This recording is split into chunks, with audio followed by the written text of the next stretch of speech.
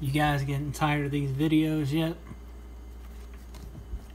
Alright, this setup is basically the knives that I only have one of from a particular maker. Got a Bark River fixed blade. This is the Mini or the EDC North Star. I don't remember the exact designation. I've got a sharpening video showing it off if you care to check it out. It is a full convexed edge. I thinned it out quite a bit and then reconvexed it. This is S30V Steel. I've got a couple Colt knives here. This used to be a fantastic buy. It's a Colt that was supposedly in D2 steel and it was under 20 bucks. So before Enzo came along, this was like the cheapest D2 knife you could score at the time. It's just a little liner lock. This is a Colt. I can't remember the exact designation for this one, but it's basically like a SOCOM Mini from Microtech. This is the Meco Predator 420 HC steel. They're making the newer Mecovs in NC90, I believe.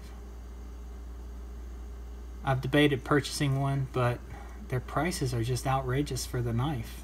I don't think they're worth the price that they charge.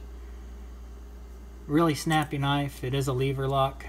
It's got 2 leaf springs in there, so if one leaf spring were to break, the other would take over. Almar Cert.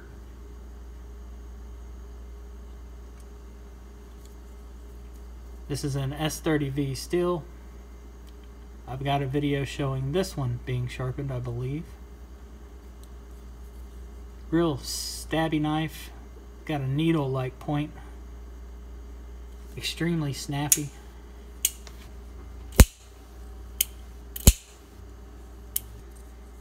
Bear Ops Stiletto in carbon fiber. One of the worst fit and finish knives I've ever purchased. But it weighs almost nothing. This thing's like 1.8 ounces. It's just ridiculously light. I still have difficulties opening it sometimes. When I first got it, I could not even deploy the knife. I still have problems, but I can work around them. I don't ever carry this thing though. I do like it, but I never carry it. This is the Emerson Horseman. I bought this from the Apostle P. It's actually got his edge on it. I've never actually used this knife to cut anything. I just wanted to add it to my collection because I really like that banana shaped blade. I just thought it was the coolest thing at the time. Plus it came from the Apostle P, and I'm a big fan of his channel. He's actually one of the reasons I got into sharpening.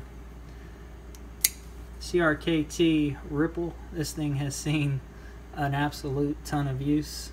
I've sharpened it almost down to a nub. SOG Twitch 2.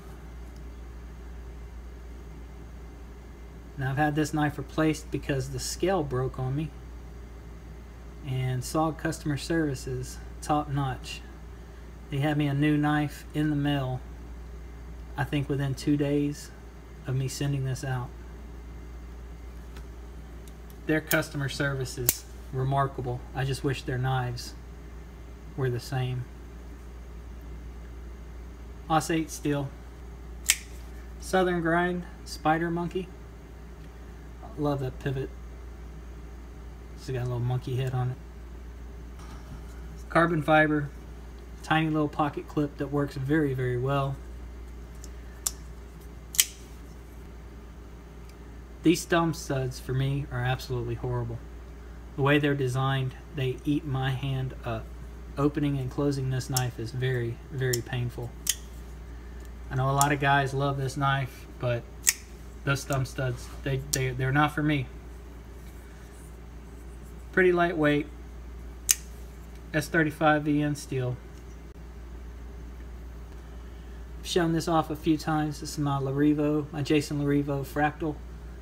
I got this while Jason was first starting out. This is one of his earlier models. I asked him to make me a devil tail pocket clip.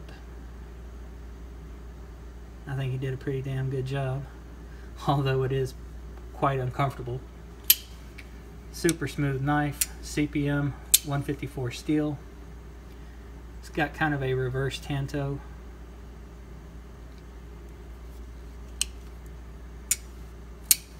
A lot of guys don't use their custom knives, but everything I own is subject to use. Well Moon MK10. I've got another blade that came with this and different scales. Will sent me these carbon fiber scales because when I purchased the knife, it did not come with the scales that were stated in the description. So he made me a new set and sent them out. Not the fastest shipper. I told my girlfriend about a week after he completed these scales that they were ready to ship. And it took 2 more emails and a month and a half later before we received them. Custom Knife Factory Sequoia 2.0, 4-inch S30V steel. I love how this knife is shaped the same on both sides. The show side and the lock side are the same. I also like how the knife blade almost fits entirely in the handle. Boker Excalibur. This is a front flipper in Damascus steel. I forget what kind of wood they use for the handles. Maybe Coca-Cola, I don't remember. They've got a reddish tint to them, which is real pretty. Light knife. It's got a proprietary pivot, but it does come with a specialized tool, so you can adjust that as needed. I found this knife in the parking lot. It's just an auto, super old, super beat up. I have no idea who made it. Pocket clip is almost as long as the knife itself.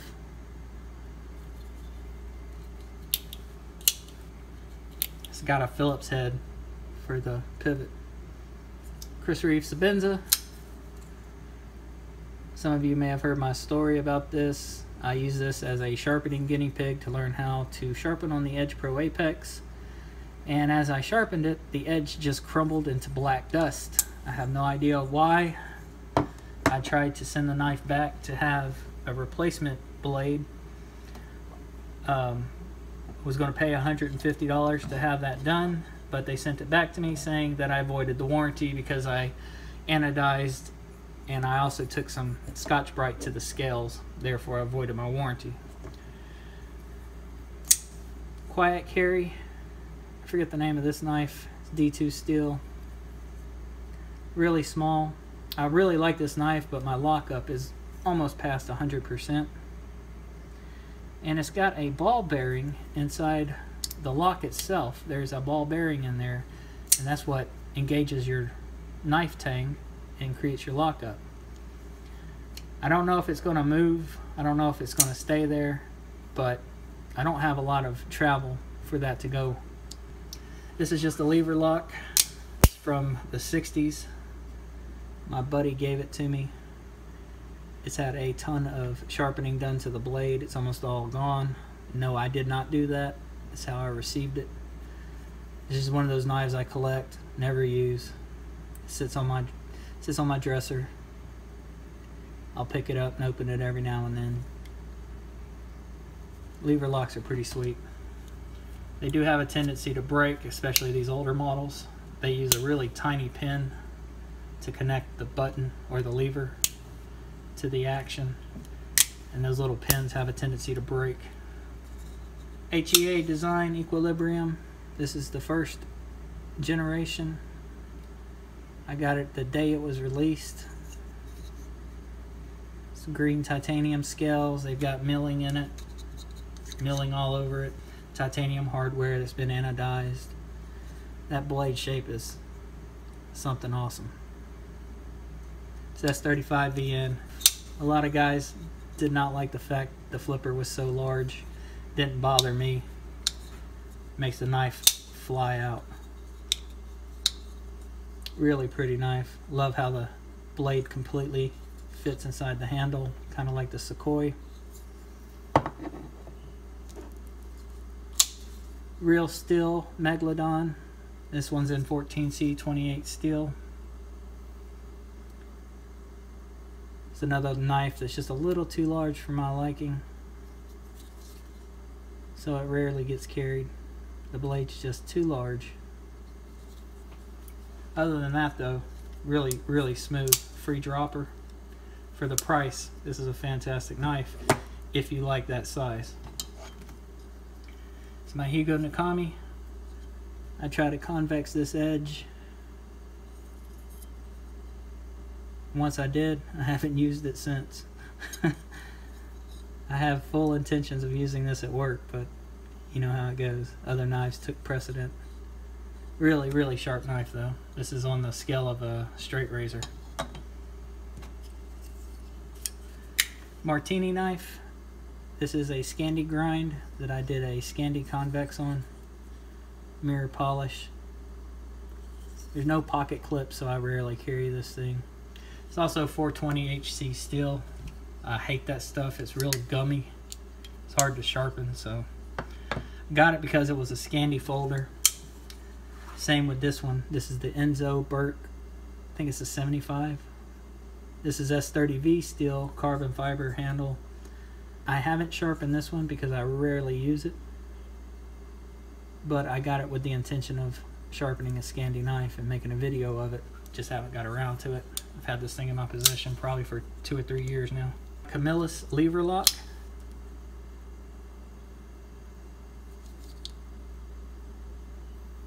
Just a talking point really. You got this lever on the side of the blade or on the side of the handle that you pull to make the knife come out. My camera's at a little bit of a different angle. I have finished shooting and forgot 2 other knives. These are the ones I actually carried on me today. It's the Prometheus Design Works Invictus. I think ProTech makes these. I don't know if you noticed when I opened that, there's a ton of rebound on the knife. As it hits the stop pin, it bounces back. Let's see if I can show you that.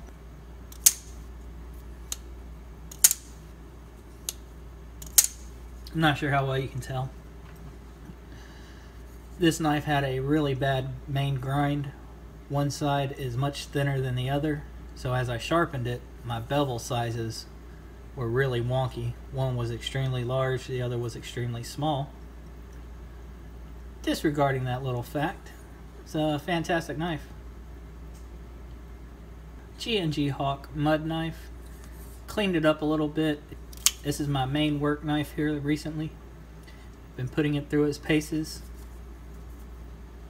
20 CV steel.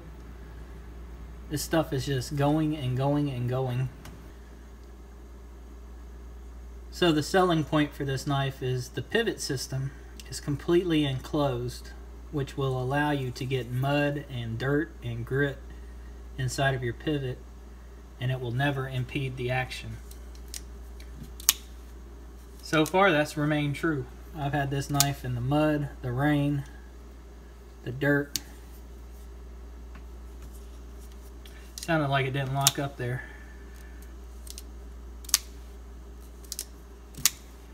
That's my biggest fear with this. It's got such a weak spring. I'm afraid I'm going to start opening it and it's going to fail to lock in. Well, I appreciate you guys watching. If you have any questions or comments, as always, leave them below. Y'all have a good one.